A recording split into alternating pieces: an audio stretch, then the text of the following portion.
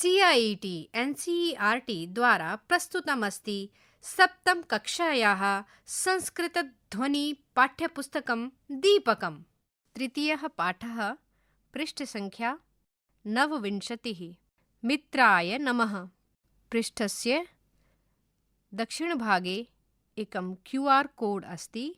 अत्र पाठसम्बद्धान् अन्यान् सन्दर्भसामग्रीन् प्राप्नुमः।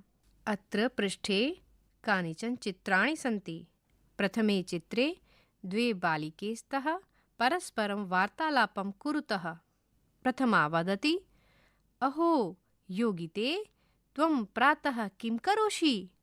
सा वदति, अहं प्रतिदिनं प्रातः पित्रा सह उद्यानं गच्छामि। उद्याने किं करोषि भो? तर्हि सा वदति, अहं तु भ्रमणं करोमि, किन्तु बहवः जनाः तत्र व्यायामं योगासनानि च कुर्वन्ति। तृतीये चित्रे काश्चन बालिकाः प्रसन्नवदनाः परस्परं वार्तालापं कुर्वन्ति। अहो योगासनानि वयमपि ज्ञातुमिच्छामः। तर्हि वयं सर्वे योगशिक्षिकायाः समीपं गच्छामः। सर्वे उत्साहेन योगशिक्षिकायाः समीपं गच्छन्ति। पृष्ठसङ्ख्या 30। प्रातःकाले सूर्यः उदेति। अत्र पृष्ठे काश्चन योगमुद्राः सन्ति। प्रथमां योगमुद्रायाम् एका बालिका सूर्यं नमस्करोति। ॐ मित्राय नमः। द्वितीये चित्रे एका बालिका शिरम् उपरि कृत्वा हस्तौ च आकाशे ऊर्ध्वं प्रसार्य उपरि पश्यति। ॐ रवये नमः। तृतीयमुद्रायां बालिका इदानीम् अधोभागे शिरसम् अधो कृत्वा हस्ताभ्यां च भूमिं स्पर्श्य स्वजानुं पश्यति। कटिभागः उपरि अस्ति। ॐ सूर्याय नमः। चतुर्थमुद्रायां बालिका स्वदक्षिणपदं प्रसार्य वामपदम् अग्रे कृत्वा जानुतः अर्धवर्तनं कृत्वा करतलद्वयेन च पृथ्वीं स्पर्श्य सम्मुखं पश्यति। ॐ भानवे नमः। पञ्चममुद्रायां बालिका पादाभ्यां प्रसार्य पादयोः पृष्ठभागतः अङ्गुलिभ्यां पृथ्वीं स्पर्शति। अग्रे करतलद्वयं च पृथ्वीं क्षिपति। स्वसम्पूर्णं शरीरम् उत्थापयति। कटिभागः ऊर्ध्वमस्ति। बालिका पृथ्वीं च पश्यति। ॐ खगाय नमः। अग्रिमायां मुद्रायां बालिका जानुना पृथ्वीं स्पर्शति। हस्तौ कूर्चिकायाः समीपं वर्तयति। कटिभागं किञ्चित् ऊर्ध्वम् उत्थापयति। जानुभ्यां पृथ्वीं स्पर्शति। पादाङ्गुल्यः च पृथ्वीं स्पर्शन्ति। पार्ष्णिद्वयं च ऊर्ध्वम् अस्ति। ॐ पूषणे नमः। सप्तममुद्रायां बालिका उदरं जानुभ्यां च ऊर्ध्वम् उत्थापयति। हस्ताभ्यां पृथ्वीं स्पर्शति। मुखम् ऊर्ध्वं कृत्वा सम्मुखं पश्यति। ॐ हिरण्यगर्भाय नमः। अग्रिमायां मुद्रायां बालिका स्वपादाभ्यां मस्तकेन च पृथ्वीं स्पर्शति। स्वकटिभागं पूर्णरूपेण ऊर्ध्वं कृत्वा वि इति आकारं दर्शयति। हस्तौ च शिरसः उपरि पृथ्वीं स्पर्शति। अग्रिमायां मुद्रायां बालिका स्ववामपादम् अर्धं वर्तयति। हस्तौ पृथ्वीं निक्षिपति। दक्षिणपादं पूर्णं प्रसार्य चिबुकम् उपरि कृत्वा सम्मुखं पश्यति। यथा क्रियासङ्ख्या 4 मध्ये प्राप्नुमः। अग्रिमायां मुद्रायां बालिका पुनः क्रियासङ्ख्या 3 वत् स्थिता भूत्वा कटेः अधभागे शिरसा वर्तयति, कटिभागम् उपरि वर्तते, हस्तौ पादाभ्यां च पृथ्वीं स्पर्शति, शिरः च नीचैः अस्ति। ॐ मरीचये नमः। अग्रिमायां मुद्रायां बालिका स्वपादम् अर्धं वर्तयति, हस्तौ पृथ्वीं निक्षिपति, दक्षिणपादं पूर्णं प्रसार्य चिबुकम् उपरि कृत्वा सम्मुखं पश्यति, यथा क्रियासङ्ख्या 4 मध्ये प्राप्नुमः। ॐ आदित्याय नमः। अग्रिमायां मुद्रायां बालिका पुनः क्रियासङ्ख्या 3 वत् स्थिता भूत्वा कटेः अधभागे शिरसा वर्तयति, कटिभागम् उपरि वर्तते, हस्तौ पादाभ्यां च पृथ्वीं स्पर्शति, शिरः च नीचैः अस्ति। ॐ सवित्रे नमः। अग्रिमायां मुद्रायां छात्रा क्रियासङ्ख्या 2 वत् उभौ हस्तौ आकाशे प्रसार्य मुखम् उपरि कृत्वा आकाशं पश्यति। ॐ अर्काय नमः। अन्तिमायां मुद्रायां बालिका क्रियासङ्ख्या 1 वत् पुनः स्थिता भूत्वा सूर्यं नमति। ॐ भास्कराय नमः। सर्वान्ते ॐ सवित्रे सूर्यनारायणाय नमः। अग्रे शिक्षिका अपि नमस्करोति। पृष्ठसङ्ख्या 30। छात्रा नमो नमः आचार्ये। आचार्या वदति शुभं भवतु, उपविशन्तु सर्वे। छात्राः आचार्ये, किम् अद्य भवान् अस्मान् योगासनं शिक्षयति? आचार्य निश्चयेन, वदन्तु किम् आसनं शिक्षितुम् इच्छन्ति? योगिता आचार्ये, अद्य सूर्यनमस्कारं शिक्षयतु। आचार्य समीचीनं। सूर्यनमस्कारः 12 आसनानां समाहारः अस्ति। प्रत्येकस्मात् सूर्यनमस्कारात् पूर्वम् एकः मन्त्रः भवति। तेषु प्रथमः मन्त्रः अस्ति ॐ मित्राय नमः इति। छात्राः आम् महोदये, वयं स्मरामः। पृष्ठसङ्ख्या 31। आचार्य अत्युत्तमं, मिलित्वा वदन्तु। छात्राः ॐ मित्राय नमः, ॐ रवये नमः, ॐ सूर्याय नमः, ॐ भानवे नमः, ॐ खगाय नमः, ॐ पूष्णे नमः, ॐ हिरण्यगर्भाय नमः, ॐ मरीचये नमः, ॐ आदित्याय नमः, ॐ सवित्रे नमः, ॐ अर्काय नमः, ॐ भास्कराय नमः। सर्वान्ते ॐ सवित्रे सूर्यनारायणाय नमः।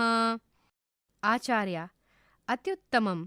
इदानीम् एकेन श्लोकेन सूर्यनमस्कारस्य बहूनि प्रयोजनानि वदामि। भवन्तः शृण्वन्तु, अनुवदन्तु च। आदित्यस्य नमस्कारान् ये कुर्वन्ति दिने दिने, आयुः प्रज्ञा बलं वीर्यं तेजस्तेषां च जायते। एवं योगासनेषु सूर्यनमस्कारः एकः श्रेष्ठः आसनक्रमः अस्ति। सूर्यनमस्कारेण शारीरिकं, मानसिकं, आध्यात्मिकं च बलं वर्धते। अतः वयं प्रतिदिनं सूर्यनमस्कारं कर्वाम।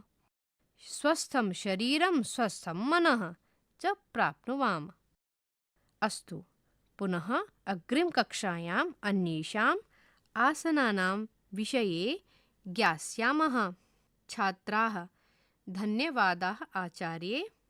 पृष्ठसङ्ख्या 32। वयं शब्दार्थान् जानीमः।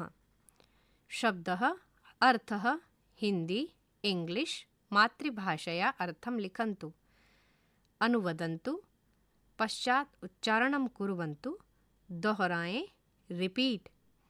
अग्रिम कक्षायाम्, आगामिनी वर्गे, अगली कक्षा में, इन द नेक्स्ट क्लास, प्रज्ञा, मेधा, बुद्धि, इंटेलिजेंस, अथवा विजडम। वीर्यम पराक्रमः, वीरता वेगर। तेजः दीप्तिः, कान्तिः ब्रिलियंस। आध्यात्मिकम आध्यात्म विषयकम, आध्यात्मिक स्पिरिचुअल। स्वस्थम निरोगम, स्वस्थ हेल्दी। मित्रः खगः पूषा रविः भानुः हिरण्यगर्भः मरीचिः सविता अर्कः भास्करः सूर्यः सूरज सन। मातृभाषया अर्थं लिखन्तु। अत्र रिक्तस्थानानि वर्तन्ते।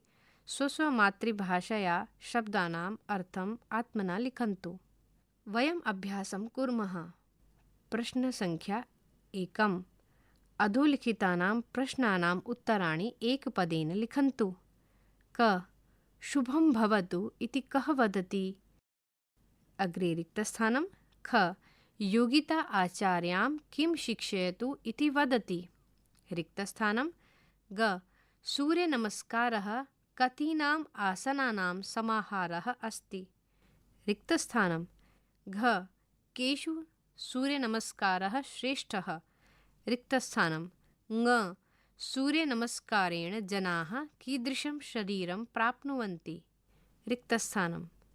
प्रश्नसङ्ख्या 2। अधोलिखितानां प्रश्नानाम् उत्तराणि पूर्णवाक्येन लिखन्तु। क सर्वे छात्राः आचार्यां किं पृच्छन्ति। अधोभागे रिक्तस्थानं। ख सूर्यनमस्कारः इत्यनेन कः आशयः। अधोभागे रिक्तस्थानं। ग आचार्याः कं श्लोकं पाठयति। अधोभागे रिक्तस्थानं। घ सूर्यनमस्कारस्य प्रथमः मन्त्रः कः। अधोभागे रिक्तस्थानं। ङ सूर्यनमस्कारेण कीदृशं बलं वर्धते। अधोभागे रिक्तस्थानं। रिक्तस्थानेषु उत्तराणि लिखन्तु। पृष्ठसङ्ख्या 33। प्रश्नसङ्ख्या 3। पाठात् समुचितं पदं चित्वा अधः रिक्तस्थानानि पूरयन्तु। क प्रत्येकस्मात् रिक्तस्थानं पूर्वम् एकः मन्त्रः भवति। ख वयं प्रतिदिनं रिक्तस्थानं करवाम। ग स्वस्थं रिक्तस्थानं स्वस्थं रिक्तस्थानं च प्राप्नुवाम। घ एकेन रिक्तस्थानं सूर्यनमस्कारस्य बहूनि प्रयोजनानि वदामि।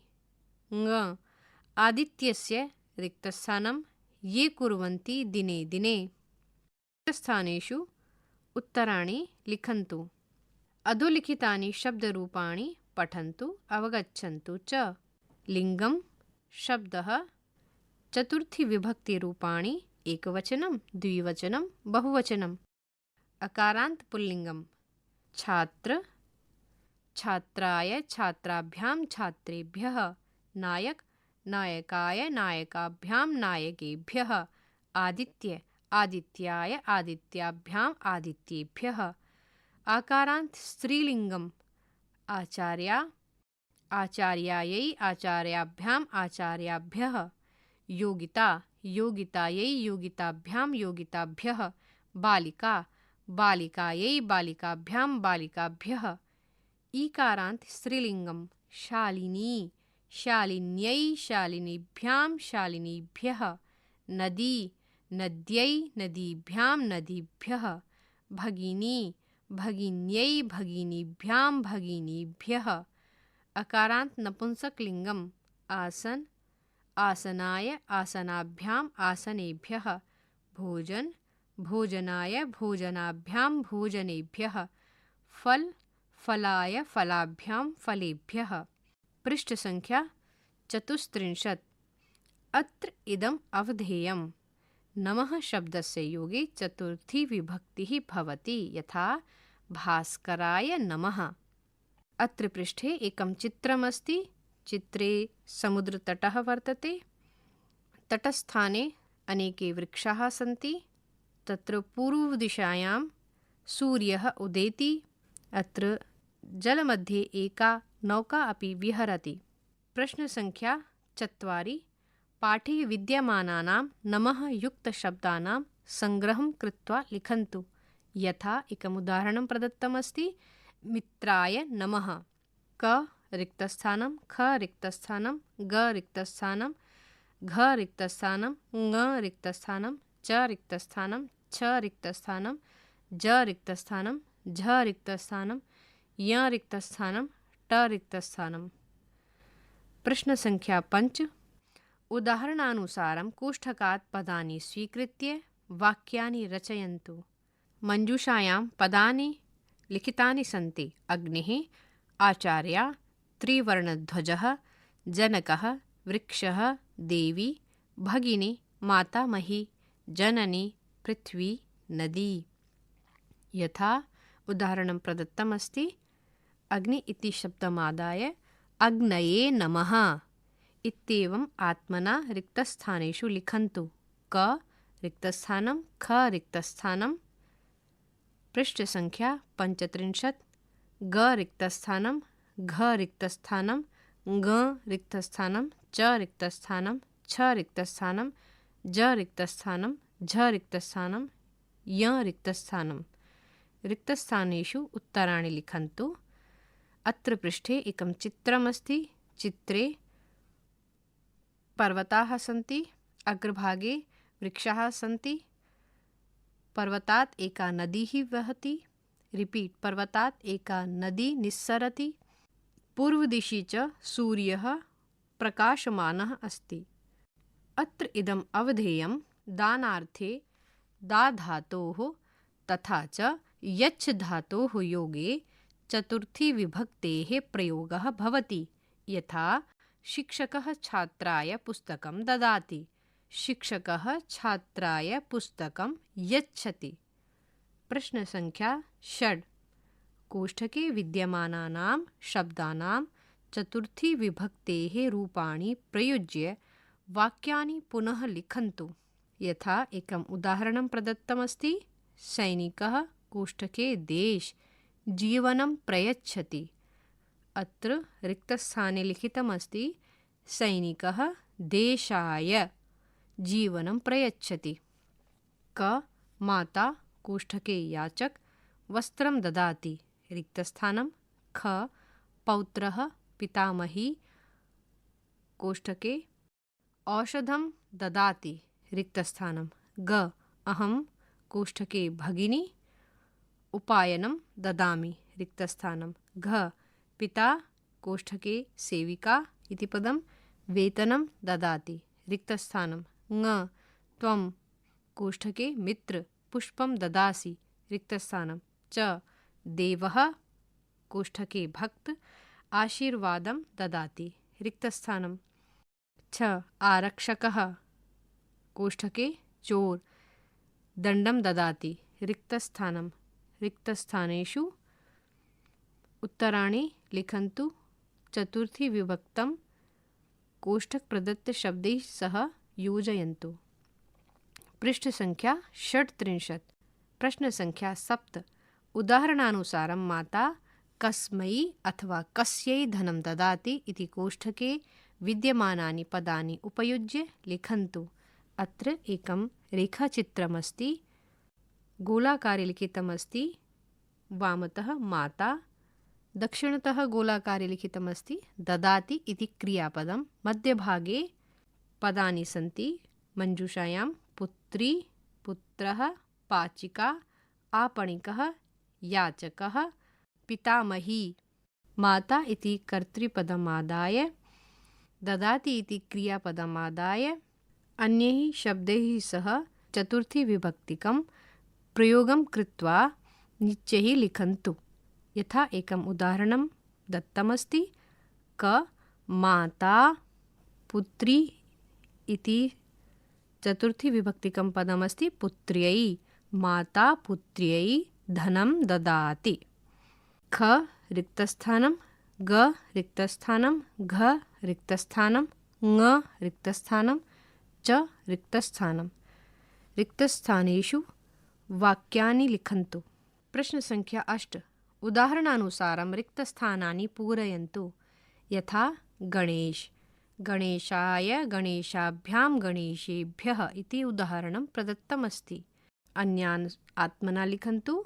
क भक्त भक्ताय रिक्तस्थानं भक्तेभ्यः। ख सेविका रिक्तस्थानं सेविकाभ्यां रिक्तस्थानं। ग अनुजा अनुजायै रिक्तस्थानं। घ गृहिणी रिक्तस्थानं गृहिणीभ्यां रिक्तस्थानं। ङ कुमारी कुमार्यै कुमारीभ्यां रिक्तस्थानं। च वन वनाय रिक्तस्थानं। छ मित्र रिक्तस्थानं मित्रेभ्यः। रिक्तस्थानेषु उचित विभक्तिकं पदं लिखन्तु। पृष्ठसङ्ख्या 37। योग्यता विस्तरः। 1. विश्वयोगदिवसः। जगति सर्वे जनाः जून मासस्य 21तमं दिनाङ्कं विश्वयोगदिवसरूपेण आचरन्ति। 2. योगसूत्रम्। अस्य प्रणेता महर्षिः पतञ्जलिः अस्ति। अस्मिन् ग्रन्थे 96 सूत्राणि सन्ति। शरीरस्य मनसः च स्वास्थ्यसम्बद्धाः विषयाः अत्र विद्यन्ते। 3. हठयोगप्रदीपिका। एषः ग्रन्थः स्वात्मराम स्वामिना विरचितः। अस्मिन् ग्रन्थे विविधानाम् आसनानां विवरणं लभ्यते। तेषु कानिचन आसनानि अधः प्रदर्शितानि यथा। अत्र कानिचन चित्राणि सन्ति। प्रथमं चित्रमस्ति बालिका वज्रासने उपविष्टा अस्ति। जानुभ्यां वर्तनं कृत्वा सा उपविष्टा अस्ति। प्रथममस्ति वज्रासनं। द्वितीयं पद्मासनस्य चित्रमस्ति। एकः बालकः आसन्दे उपविष्टः अस्ति। सः 2 पादौ जानुभ्याम् अर्धं वर्तयति। पार्ष्णिद्वयं च अन्तःभागे स्तः। नेत्रद्वयं च पिधानं करोति। तृतीयचित्रे एका बालिका पादौ प्रसार्य उपविष्टा अस्ति। मुखम् अधोभागे स्थापयति। जानुं मुखेन स्पर्शति। कूर्चिकाद्वयेन च पादयोः अङ्गुल्यः स्पर्शति इति पश्चिमोत्तानासनम्। चतुर्थे चित्रे एका बालिका आसन्दे स्थिता अस्ति। तस्याः पार्ष्णिद्वयम् उपरि अस्ति। सा हस्तौ आकाशं प्रति प्रसारयति परस्परं च मेलयति इति ताडासनस्य चित्रमस्ति। अन्तिमं चित्रमस्ति हलासनस्य। अत्र एकः बालकः कटिभागम् उत्थाप्य अर्धं नितम्बेन एकः बालकः कटिभागम् उत्थाप्य नितम्बेन अर्धं वर्तयित्वा पादौ प्रसारयति। पार्ष्णिद्वयं च आकाशे अस्ति। सः स्वपादौ प्रति पश्यति। पृष्ठसङ्ख्या 38। उच्चैः पठन्तु अवगच्छन्तु च। दा धातुः परस्मैपदं लट्लकारः। एकवचनं द्विवचनं बहुवचनं। प्रथमपुरुषः ददाति दत्तः ददति। मध्यमपुरुषः ददासि दत्तः दत्थ। उत्तमपुरुषः ददामि दद्वः दद्मः।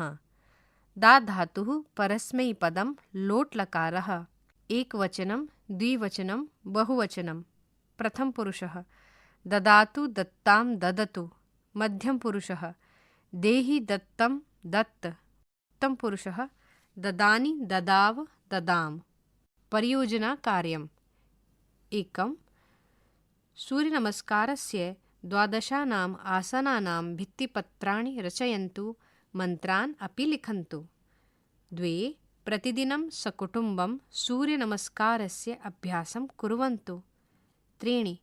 विद्याविवादाय धनं मदाय शक्तिः परेषां परपीडनाय खलस्य साधोर्विपरीतमेतत् ज्ञानाय दानाय च रक्षणाय। अस्मिन् श्लोके विद्यमानानि चतुर्थीविभक्त्यन्तरूपाणि चित्वा लिखन्तु। इति तृतीयः पाठः समाप्तः। सद्यः भवन्तः शृण्वन्तः सप्तमी कक्षायाः संस्कृतध्वनिपाठ्यपुस्तकं दीपकं, ध्वन्याङ्कनं वीरेन्द्र रावत, वाचनस्वरः डॉक्टर चंचल झा, निर्माण सहयोगिनः कुसुमलता, निर्देशनं निर्माणं च विमलेश चौधरी, प्रस्तुतिः च CIET NCERT नवदेहली भारतम्।